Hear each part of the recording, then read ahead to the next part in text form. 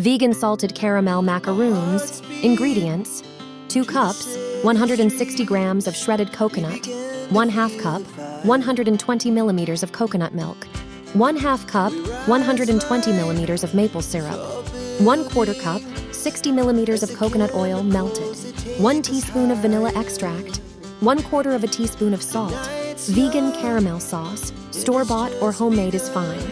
Sea salt flakes for garnish. Instructions: in a mixing bowl, combine the shredded coconut, coconut milk, maple syrup, melted coconut oil, vanilla extract, and salt. Mix until all the ingredients are well combined and the mixture is sticky. Use a cookie scoop or your hands to form small macaroon-sized balls and place them on a parchment paper-lined tray. Use your thumb or a small spoon to create an indentation in the center of each macaroon.